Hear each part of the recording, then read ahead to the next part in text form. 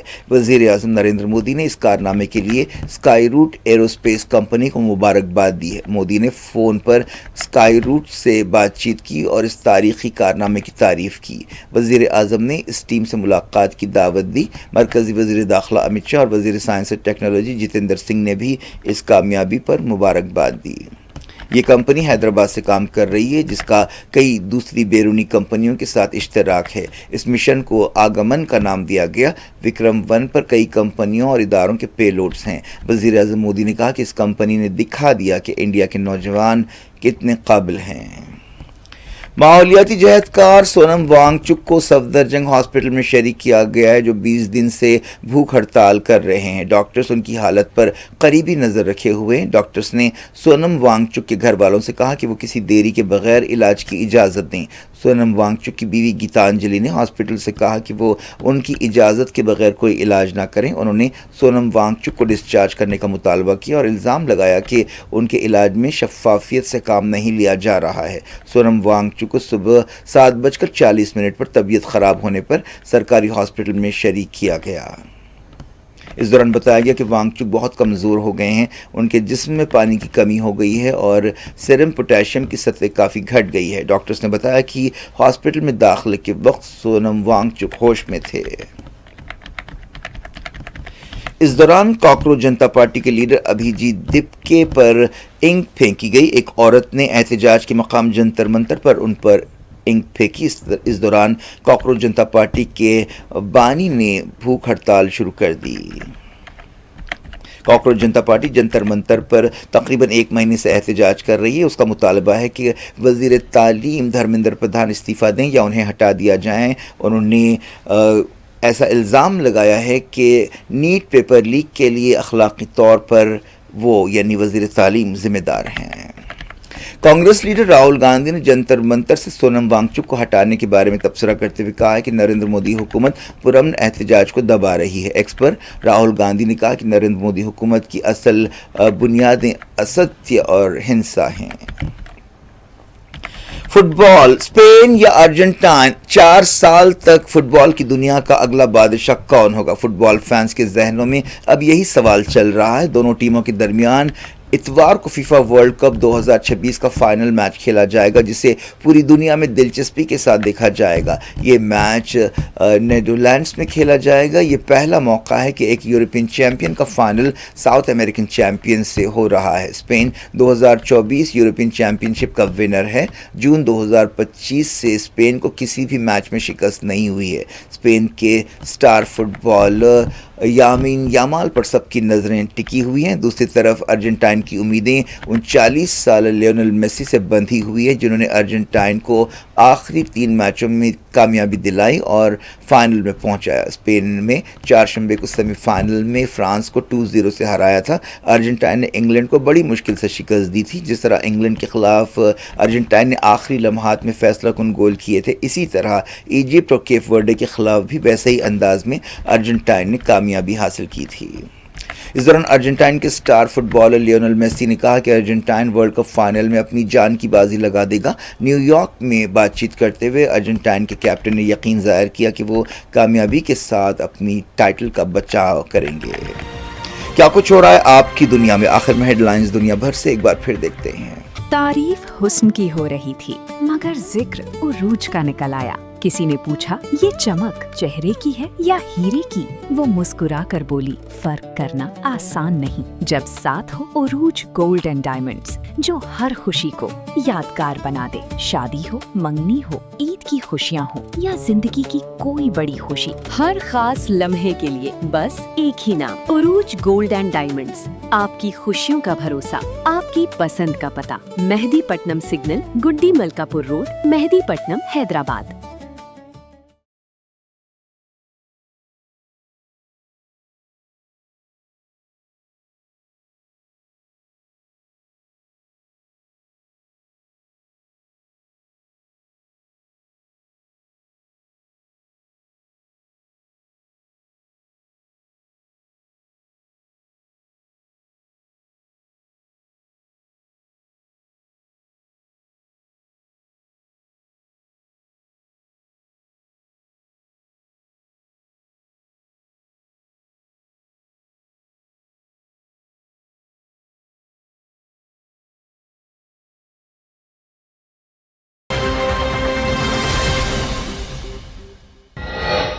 مسلسل 7ویں رات امریکہ کے حملے، ایران میں واٹر پلانٹ کو نشانہ بنانے سے 10,000 لوگ پانی سے محروم، فوجی انفراسٹرکچر کو بھی ٹارگٹ کیا گیا۔ خلیجی ملکوں میں ایران کی جوابی کارروائیاں، کویت میں واٹر پلانٹ پر حملے کے بعد آگ لگ گئی، کئی فائر فائٹر زخمی، جارڈن میں امریکی اڈہ تباہ۔ IRGC نے امریکی بیسز کی میزبانی کرنے والے ملکوں کو کیا خبردار، عباس ارغچی نے کہا شہیدوں کا خون بیکار نہیں جائے گا۔ کویت ایئرپورٹ پر فلائٹس روک دی گئیں، امریکہ نے شہریوں سے کہا مڈل ایسٹ کے ملکوں کا سفر نہ کریں۔ لبنان کے صدر جوزف اون ٹرمپ سے ملاقات کے لیے واشنگٹن روانہ، روم بات چیت کے نتیجوں کا جائزہ لیں گے۔ غازہ میں 3 جاں بحق، زہران ممدانی نے کہا نیو یارک پہنچنے پر نتن یاہو کو گرفتار کرنے کا جائزہ لے رہے ہیں۔ رشیا میں یوکرین کا خطرناک حملہ، تجارتی مرکز نشانہ، 8 ہلاک، ماسکو نے یورپی ملکوں کو فوجیں بھیجنے کے خلاف کیا خبردار۔ انڈیا کے پہلے پرائیویٹ راکٹ وکرم-1 نے مدار میں پہنچتے ہوئے تاریخ بنائی، وزیر اعظم مودی نے دی مبارکباد۔ سونم وانگ چک ہاسپٹل میں شریک، اہلیہ نے کہا اجازت کے بغیر علاج نہ کیا جائے، ابھیجیت دپکے پر انک پھینکی گئی۔ اسپین یا ارجنٹائن، فٹ بال کا بادشاہ کون ہوگا؟ اتوار کے فائنل پر دنیا بھر کے ساکر فینس کی نظریں۔